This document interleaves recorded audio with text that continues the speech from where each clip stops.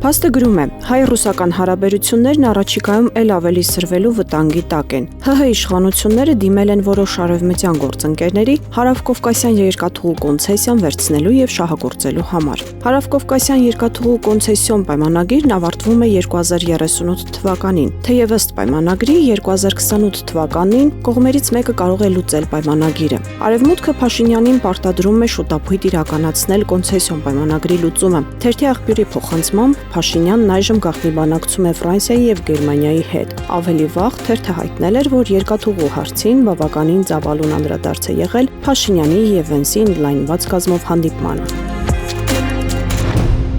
Հրապարակը գրում է. չնայած իշխանությունը փորձում է քարոզչական վակուում առաջացնել, տպավորություն ստեղծելով, թե միայն իրենք են ու իրենց սարերը, քաղաքական դաշտն ամայի է, ընդդիմությունը մեռած, սակայն այս օրերին ընդդիմադիր դաշտում ակտիվ վերադասավորումներ են ընթանում։ Նոր միավորներ են ձևավորվում։ Փետրվարի 15-ին տեղի է ունեցել Մայր Հայաստան կուսակցության համագումարը եւ կուսակցության նախագահ Անդրանիկ Թևանյանը հայտարարել է, որ հունիսի 7-ի ընտրություններին մասնակցելու են Բարգավաճ Հայաստան կուսակցության հետ առաջարկ Հայաստանին ծրագրով։ Թևանյանի խոսքով Մայր Հայաստանն իր գաղափարներով հարստացնելու է առաջարկ Հայաստանին ծրագիրը, դառնալով համահեղինակ։ Թերթը տեղեկացել է, որ արդեն բանակցություններ են սկսվել նաև Հայրենիք կուսակցության ղեկավար Արթուր Վանեցյանի եւ Գագիկ Ծառուկյանի միջև։ Նույն պլատֆորմով մասնակցելու մասին ավելի վաղ հայտարարել էր նաև Դեմոկրատական այլընտրանք կուսակցության նախագահ Սուրեն Սուրենյանցը։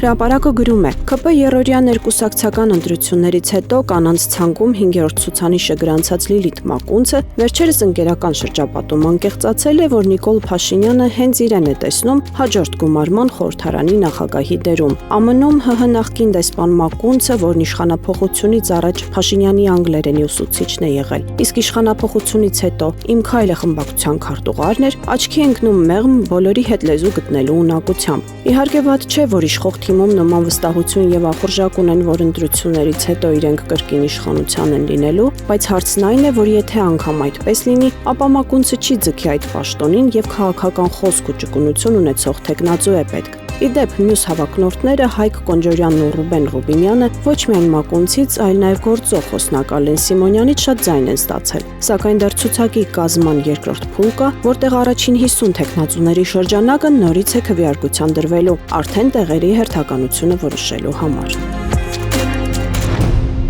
Ժողովրդի տեղեկություններով ամենայն հայոց կաթողիկոս Գարեգին II հրաժարվել է ցուցմունք տալ, քննիչների հետ հանդիպման ժամանակ օգտվելով իր իրավունքից։ Կաթողիկոսին մեղադրանք առաջադրելու գործը հսկող դատախազը Խաչատուր Գալստյանն է, քննիչը քննչական կոմիտեի ՀԿԳ քննիչ Արա Ավագյանն է։ Փետրվարի 14-ին Փաստաբանական ակադեմիայի ռեկտոր Արա Զոհրաբյանը հայտնել էր, որ դատախազությունը քրեական հետապնդում է հարուցել ամենայն հայոց կաթողիկոս Գարեգին II-ի նկատմամբ։ Նրա ելքը երկրից արգելվել է։ Թերթը հիշեցնում է, քրեական վարույթներ են նախաձեռնվել եւ Տեր Նաթան arczepiskopos Հովհաննիսյանը, Տեր Հովնան եպիսկոպոս Հակոբյանը, Տեր Մակար եպիսկոպոս Հակոբյանը, Տեր Մուշեղ եպիսկոպոս Բաբայանը, Տեր Հայկազուն arczepiskopos Նաջարյանը, Տեր Վահան եպիսկոպոս Հովհաննիսյանը, ինչպես նաեւ Տեր Մովսես Քահանա Սահակյանը մեղադրվում են դատական ակտի կատարմանը խոչընդոտելու համար։ Ակտը վերաբերվում է Հայ առաքելական եկեղեցու Մասյացոտնի թեմի կարգալույց հռչակված առաջնորդին